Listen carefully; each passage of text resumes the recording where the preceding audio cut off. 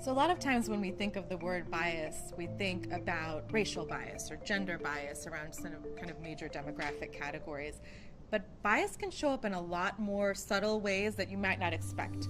For example, the way we look at height and a connection between height and perceived leadership capabilities. When we look at the general US male population, about 14% of US men are over 6 feet tall. But then when we look at the percentage of CEOs of Fortune 500 companies, that's more like 60% are more than 6 feet tall. 14% of the general population, 60% at the top positions in these top organizations.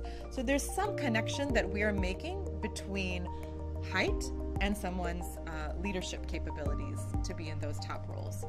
Names can also play a huge role in the decisions we make. Researchers at MIT and the University of Chicago, for example, found out that when they sent out resumes, which with what the researchers call traditionally white and traditionally black names, for example, Gregory and Emily versus Lakeisha and Jamal, sending them to organizations that had affirmative hiring programs and were looking for more diversity in hiring, even in those circumstances, 50% more of the resumes with white names on them were called back than the resumes with black names.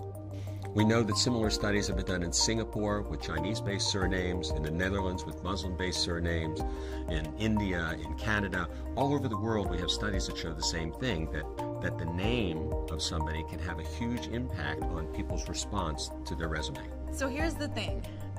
Knowing that we have bias and that bias is triggered from our automatic brain doesn't give us a free pass to do whatever we want.